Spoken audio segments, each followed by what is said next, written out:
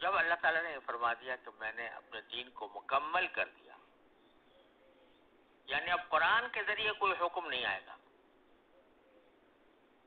اور اگر کوئی آئے گا تو رسول کریم صلی اللہ علیہ وسلم کی سنت کے ذریعے آئے گا۔ لہذا اس سے یہ بات طے ہو گئی کہ دین منحصر ہے قرآن میں یا نبی کریم صلی اللہ علیہ وسلم کی سنت میں، اور جن کی سنت کی آپ نے اقتداء کی تلقین فرمائی ان کی سنت میں، یعنی خلفائے راشدین۔ تو دین کی کوئی ایسی چیز جس کے بارے میں یہ کہا جائے کہ یہ دین کا حصہ ہے یا واجب ہے یا سنت ہے یا مستحب ہے، یہ ثابت کرنے کے لیے ضروری ہوگا کہ یا تو وہ قرآن سے ثابت ہو یا حدیث سے ثابت ہو رسول کریم صلی اللہ علیہ وسلم یا خلفائے راشدین کے عمل سے ثابت ہو یا ان کے قول سے ثابت ہو۔ اگر کوئی عمل ایسا ہے جو نہ رسول کریم صلی اللہ علیہ وسلم نے بیان فرمایا، نہ قرآن کریم میں آیا، نہ خلفائے راشدین نے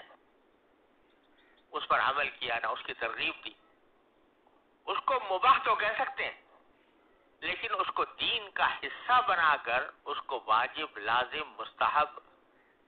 کہنا درست نہیں۔ اسی کا نام بدعت ہے۔ بدعت ہر نئی چیز کو نہیں کہتے، ہر نئے کام کو نہیں کہتے، لیکن وہ کام جو دین کا حصہ بنا کر کیا جائے وہ بدعت ہے، چاہے دیکھنے میں وہ چیز اچھی لگ رہی اور بظاہر اس میں ثواب کا کام نظر آتا ہوں۔ اس کی میں مثال یہ دیا کرتا ہوں کہ جیسے کوئی شخص یہ کہے کہ مغرب کی نماز 3 رکعتیں ہیں، تو یہ کچھ طاق عدد ہے، اس کو پورا کر کے 4 کر دیتا ہوں، 3 کے بجائے 4 کر دوں، تو چوتھی رکعت میں اس نے کوئی گناہ کا کام نہیں کیا، اس نے سورہ فاتحہ پڑھی، اس نے قرآن کریم کی تلاوت کی، اس نے رکوع کیے، سجدے کیے، تو کوئی گناہ کا کام نہیں کیا، لیکن چونکہ اپنی طرف سے ایک چیز کا اضافہ کر دیا، اس واسطے وہ 4 تو کیا ہوتی 3 والی بھی ڈوب گئی۔ اس لیے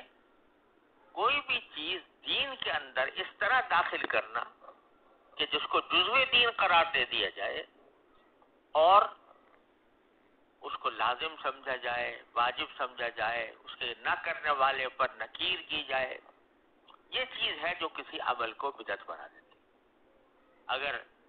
کوئی آدمی محض مباح سمجھ کر وہ کام کرے تو کچھ حرج ناجائز نہیں ہے، لیکن جب اس کو دین کا حصہ بنا دیا جاتا ہے تو پھر وہ ناجائز ہو جاتا ہے، بدعت بن جاتا ہے۔ اب جیسے کوئی شخص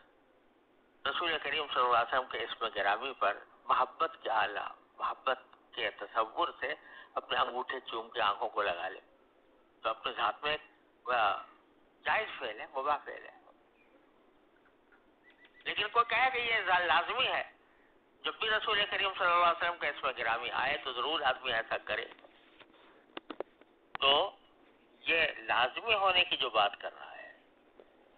اس کا معنی یہ دین کا ایک ایسا حصہ ہے جو نہ قرآن میں ہے، نہ حدیث میں ہے، نہ رسول کریم صلی اللہ علیہ وسلم کے ارشادات میں ہے، نہ خلفائے راشدین کے عمل میں ہے، تو وہ اس کو بدعت بنا دینا۔ اور جب ایک چیز بدعت بن جاتی ہے لوگوں کے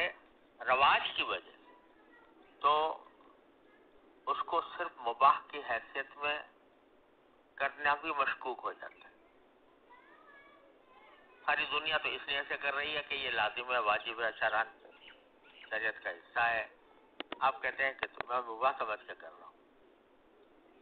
تو وہ در حقیقت ایک مصنوعی کارروائی ہوتی ہے۔ اس لیے جب کوئی چیز بدعت بن جائے تو چاہے آدمی صحیح نیت سے بھی کرے تو وہ ناقابل قبول